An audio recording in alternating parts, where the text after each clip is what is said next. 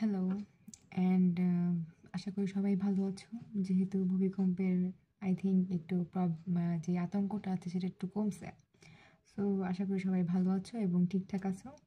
আজকের টপিক হচ্ছে free writing skill. আচ্ছা, তোমরা সবাই জানো যে আমি ইংরেজি প্রথম বর্ষের শিক্ষার্থী। তো আমিও রাইটিং স্কিলে যে খুব বেশি একদম প্রো তা কিন্তু না, তবে ক্লাস 10 থেকেই আমি রাইটিং স্কিল সম্পর্কে মোটামুটি ভালো পরিমাণে আয়ত্ত করতে পেরেছি।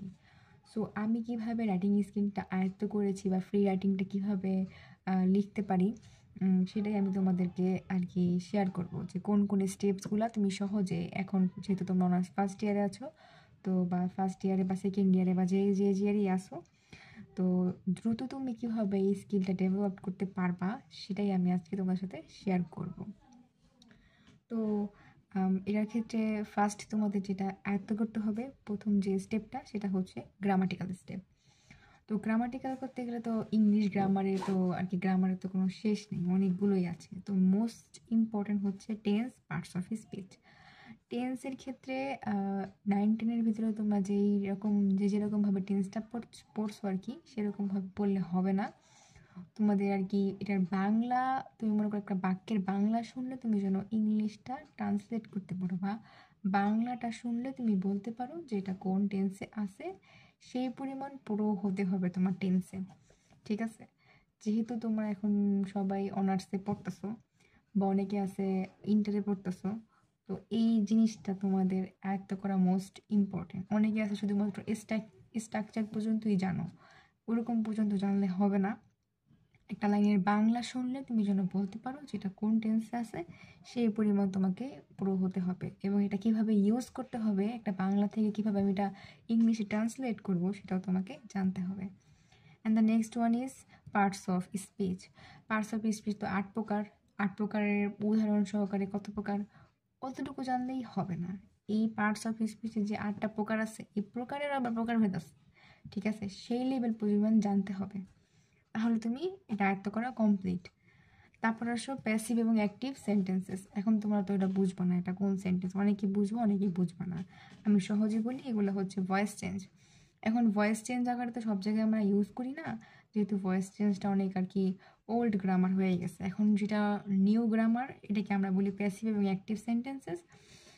আর হচ্ছে তোমাদেরকে এখন রেকগনাইজ বা তোমাদেরকে পরিচিত করানোর জন্য আমাকে ভয়েস চেঞ্জই বলতে হবে। তা এই ভয়েস চেঞ্জটা আয়ত্ত করতে হবে। তারপরে হচ্ছে অ্যাপ্রোপ্রিয়েট প্রিপোজিশনস। আচ্ছা, অ্যাপ্রোপ্রিয়েট প্রিপোজিশন হচ্ছে প্রিপোজিশন, এগুলো আর কি তোমার ফ্রেজের মতো সামথিং লাইক। তো এইগুলো তোমাদের সবগুলো মুখস্থ থাকতে হবে। এটা তোমাকে অনেক হেল্প করবে যে কোনো একটা লাইনকে দ্রুত ট্রান্সলেট করার জন্য। আর তুমি একটা ছোট ওয়ার্ড দিয়েই বা ছোট একটা শব্দ দিয়েই তুমি অনেক বড় একটা লাইন দ্রুত ট্রান্সলেট করতে পারবা, তুমি যদি এই অ্যাপ্রোপ্রিয়েট প্রিপোজিশনটা শিখে ফেলো। এগুলো সবগুলো মুখস্থ করতে হবে এবং এগুলো কোন ক্ষেত্রে কিভাবে ইউজ হবে সেগুলো দেখতে হবে, সেগুলো পারতে হবে, জানতে হবে। আর এগুলো সবই তোমরা হচ্ছে ক্লাস 10-এর যে অ্যাডভান্স বইটা আছে চৌধুরী হাসানসের, চৌধুরী গ্রামার যেটা আছে ওখানে পাবা, ওখান থেকে পড়লেই বেস্ট হবে আই থিঙ্ক। তারপরে হচ্ছে গ্রুপ ভার্বস এইগুলোর মতোই সেম আর কি, এগুলোও তোমরা পড়বা, মুখস্থ করে ফেলবা আর কি। দেন হচ্ছে ফ্রেজেস অ্যান্ড আইডমস, এগুলো মোস্ট ইম্পর্ট্যান্ট। খালি এই 3টা বেশি বেশি পড়বা। আর এই গ্রামাটিক্যাল তোমরা বেশিরভাগ ক্লাস 9-10-এই পড়ছো, এগুলো একটু ভালোভাবে ঝালাই করে নিবা আর এই 3টা আয়ত্ত করার চেষ্টা করবা। তাহলেই দেখবা তুমি মোটামুটি লেখার মতো যোগ্যতা অর্জন করে ফেলছো। একটা সেন্টেন্স যে কীরকমভাবে হবে বা এটার ট্রান্সলেট কীভাবে করতে হবে, একটু তোমার যোগ্যতা অর্জন হয়ে গেছে। এই 5টা স্টেপ যদি তুমি শিখো, মোটামুটি তোমার আয়ত্ত আসবে। আর এছাড়াও তার অনেক গ্রামাটিক্যাল আছে, সিম্পল, কমপ্লেক্স, কম্পাউন্ড আছে, তারপরে সুপারলেটিভ, কম্পারেটিভ, ডিগ্রিজ আছে। এগুলো তোমরা আস্তে আস্তে ক্লিয়ার করবা। যেহেতু তোমাদের এখন দ্রুতই ফ্রি হ্যান্ড রাইটিংটা শিখতে হবে, তো তুমি এটাই 5টা স্টেপ আগে ফলো করো। আর যারা করে ফেলছো তাদের তো কোনো প্রবলেমই নেই, তারা খালি প্র্যাকটিস করবা। তারপর নেক্সট স্টেপ হচ্ছে তোমার ইংলিশ মুভি দেখা। প্রচুর পরিমাণে মুভি দেখতে হইব। আমি জানি ইংলিশ মুভি আর ড্রামা প্রথম দিকে দেখতে গেলে খুবই বিরক্ত লাগে, কারণ কোনো কিছুই বোঝা যায় না। কিন্তু আগে আমরা তো ইংলিশ অনেক কার্টুন দেখতাম ছোটোবেলা, সেগুলোর কোনো অর্থ না বুঝেও দেখতাম। ইনফ্যাক্ট ডোরিমনও আমরা দেখছি যখন এটা হিন্দিতে ছিল, যখন আমরা হিন্দি না বুঝতাম। পরে আস্তে আস্তে ওনাদের অ্যাক্টিভিটিস দেখতে দেখতে আমরা বুঝতে পারছি যে ওরা মুখে আসলে কি বলতেছে। যেরকম আমরা ছোটবেলায় বাচ্চারা যেরকম থাকে যে মুখের কথার অঙ্গভঙ্গিতেই তারা বুঝতে পারে যে সে কী করতেছে, তারপরে সে ভাষাটা শিখতে পারে। তো আমি সেটাই বলবো যে তোমরা প্রথমে এই মুভিটা একবারের জায়গায় 10 বার দেখো এক একটা মুভি, বা মুভিটা একবার দেখলেও সেটার যে কি ওয়ার্ডটা বলছে বা কি আসলে বাক্যটা বলছে সেটা তুমি কাজের মাধ্যমে বুঝতে পারবা। ঠিক আছে? তো আর কি সেগুলো দেখার চেষ্টা করবা। বেশিরভাগ চেষ্টা করবো যে মডার্ন বর্তমান যুগের যে মুভিগুলো আছে ইংলিশ, যেমন অ্যাভেঞ্জার্সের যেই সিরিজগুলো আছে ওগুলো দেখতে পারো। ওগুলো দেখতে ইন্টারেস্টিংও লাগে, ভালোও লাগে, তো ওগুলো থেকে স্টার্ট করো। তারপর হচ্ছে ফিকশনস, নন ফিকশন, স্টোরি এবং নভেলস বা এসে পড়া। ঠিক আছে? আমি জানি যে এটা পড়তে খুব বিরক্ত লাগে, এটা আর কি সবাই পড়তে চায়ও না, কিন্তু তোমরা আসলে না পড়ে তো উপায় নেই, শুধু ইংলিশ ডিপার্টমেন্টে তো তোমরা মেইন বইয়ের বাইরেও বেশি বেশি পড়তে পারো। যেমন তোমরা ফ্রান্স কাফকা পড়তে পারো, তার লেখা বইগুলো অনেক ভালো। তারপরে হচ্ছে ফ্রান্সিস বেকনের বইও পড়তে পারো। তারপরে হচ্ছে থার্ড ইয়ার একটা বই আছে দ্য রেপ অফ লক, ওইটাও পড়তে পারো। এগুলো আর কি খুব মজাদার একটা বই, মানে এক একটা বই অনেক সুন্দর, তোমরা চাইলে এগুলো পড়ে দেখতে পারো। তারপরে নন ফিকশনের ভিতরে আছে দ্য অ্যানিমাল ফার্ম আছে। তারপরে হলো গিয়া এগুলো তোমরা আর কি পড়তে পারো, পড়লে অনেক ভালো হবে। পড়লে তোমরা অনেক কিছু নলেজও গেইন করতে পারবা। আর হচ্ছে তোমাদের ইংলিশটাও আর কি ভালো হইলো, তোমরা বিভিন্ন ওয়ার্ড সম্পর্কে জানতে পারলা। তারপরে থার্ড স্টেপে আছে তোমার প্র্যাকটিক্যাল ইউজ। তুমি যে এই যে তুমি মুভি দেখলা, কার্টুন দেখলা, গ্রামারগুলো শিখলা, এখন তো তোমার প্র্যাকটিস করতে হবে। তুমি শুধু শিখলে পর্যন্ত হবে না। ঠিক আছে? তুমি দেখা যায় না ভয়েস চেঞ্জ পারো, ন্যারেশন পারো, সবই পারো, বাট তোমাকে যদি একটা বাংলায় বাক্য দেওয়া হয়, তুমি যদি সেটাকে ট্রান্সলেট করতে চাও, সেটা পারতেছো না, তাহলে তো লাভ হলো না, ঠিক না? তো সেই জন্য তোমাকে প্র্যাকটিক্যাল ইউজটাও জানতে হবে। এবং এই প্র্যাকটিক্যাল ইউজের ক্ষেত্রে যেটা করতে হবে সেটা হলো গিয়া ডায়েরি লিখতে হবে। ডায়েরি মানে কি? তোমরা সারাদিনে যা যা করো সেই সব কিছুই একটা ডায়েরিতে লিখতে হবে, এবং এটা প্রতিদিন লিখতে হবে।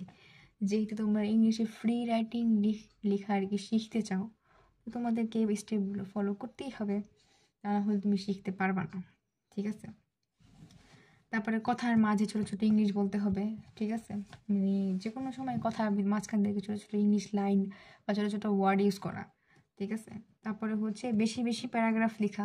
মানে আমরা ছোটোবেলায় লিখতাম না মাই ফ্যামিলি, তারপরে হচ্ছে এনভায়রনমেন্ট পলিউশন, এয়ার পলিউশন, এখন তোমরা বলবা এগুলো তো মুখস্থ করে লিখতে হবে। মুখস্থ না করলে কীভাবে লিখবো? মুখস্থ না করেও তোমরা লিখতে পারবা। তোমরা তো এই প্যারাগ্রাফগুলা ক্লাস 6 থেকে 10 পর্যন্ত পড়ছো। ঠিক আছে? ওইখান থেকে ধারণা নিবা, বা কোনো একটা প্যারাগ্রাফ একবার পড়ছো, পড়ার পরে তুমি একটা ধারণা তো নিছো, বা তুমি পরিবেশ দূষণ সম্পর্কে তো বাংলায়ও পড়ছো, বাংলায়ও তুমি এটা জানো প্যারাগ্রাফ সম্পর্কে, বা পরিবেশ দূষণে কী কী হয়, কীভাবে হয়, বা এটার সংজ্ঞাটা কি জানো। এখন সেটাকে তুমি প্রত্যেকটা লাইনকে, যে লাইনগুলো তোমার মাথায় আছে বাংলায়, সেগুলোকে তুমি ইংলিশে ট্রান্সলেট করার চেষ্টা করবা। আর যদি ট্রান্সলেট করতে না পারো, সেক্ষেত্রে তুমি গুগলের হেল্প নিবা, যে এই লাইনটা কীভাবে লিখলে ইজি হবে। এরকম লিখতে লিখতে ট্রান্সলেশন শিখতে শিখতে তুমি পেরা যাবা। আর তুমি যদি মুখস্থ বিদ্যায় আগেই ঢুকে যাও, তাহলে তুমি ওয়ার্ড কোনো লাইন বুঝবা না, খালি একটা নাম মুখস্থ করে থাকবা, মুখস্থ হইব না। ঠিক আছে? আর লাইন বুঝা বুঝে তুমি যদি নিজের থেকে বানানোর চেষ্টা করো, তাহলে তুমি তাড়াতাড়ি বুঝতে পারবা। তারপরে হচ্ছে কমপ্লিটিং সেন্টেন্স। এই যে গ্রামারটা আছে, এই গ্রামারটা ক্লাস 10-এ এবং হচ্ছে ইন্টারে ছিল আগের সিলেবাসে। আমি এটা এই গ্রামারটা আমি আর কি পাইছি, কিন্তু এখন তো হচ্ছে মানে সিলেবাস অনেক শর্ট করে ফেলছে, তাই এই গ্রামারটা অনেক জায়গায় বাদ হয়ে গেছে। বাট এই গ্রামারটাও অনেক হেল্পফুল সেন্টেন্স মেকিংয়ের জন্য। এই গ্রামারটায় কি হয়, তোমাকে একটা সেন্টেন্সের হাফ দেওয়া আছে, বাকি হাফটুক দেওয়া থাকবে না, তোমাকে এটা পরিপূর্ণ করতে হবে। তো সেই ক্ষেত্রে কি তুমি সেন্টেন্স বানানো শিখলা, তা আমি বলবো তোমরা এই গ্রামারটা প্র্যাকটিস করবা। এটার ভিতরে অর্ধেক সেন্টেন্স দেওয়া থাকে, বাকি অর্ধেক সেন্টেন্স তোমার মেক করতে হয়। তো এগুলোর আনসার্সও তোমরা হচ্ছে গুগলে বা এআইতে পাবা। তুমি যদি পিকচার লিখে যদি ওদিকে আপলোড করো, তুমি সবগুলোর অ্যান্সার কারেকশন পেয়ে যাবা। মানে তোমার টিচার লাগতেছেই না, তুমি জাস্ট এই যা যা লাগবে তা তুমি লিখবা, লিখে তুমি যদি গুগলে আপলোড করো, তাহলে তোমাকে কারেকশন করে দিবে যে কোনটা ভুল হয়েছে, কোন লাইনটা কেমন হওয়া উচিত ছিল। এই তো এআই এর হেল্প নিতে পারবা। তোমার তো টিচার লাগতেছে না, লাইফ টিচার, তোমার খাতা চেকিং করার জন্য অলরেডি এআই আছে। সো তোমরা এআই, গুগল এগুলোর হেল্প বেশি বেশি নিবা, বেশি বেশি রিসার্চ করবা। যত বেশি রিসার্চ করবা, তত বেশি জানতে পারবা বা হেল্পফুল হবে। সো আমি এই স্টেপগুলোর মাধ্যমে আর কি শিখছি। এখন আমার সাথে তো বাকি সবার স্টেপ নাও মিলতে পারে, কারণ এক একজন একভাবে এগুলো শিখছে। তো তো আমি যেভাবে আর কি শিখছি সেটার কি শর্টকাট ফর্মে আমি আর কি তোমাদেরকে দিলাম। এই গ্রামাটিক্যালগুলো বাদেও তোমাদের এক্সট্রা অনেক গ্রামাটিক্যাল শিখতে হবে, but just for basic writing তোমরা আপাতত এটা দিয়ে স্টার্ট করতে পারো। আজকে এই পর্যন্তই, তাহলে সবাই ভালো থাকো, বাই।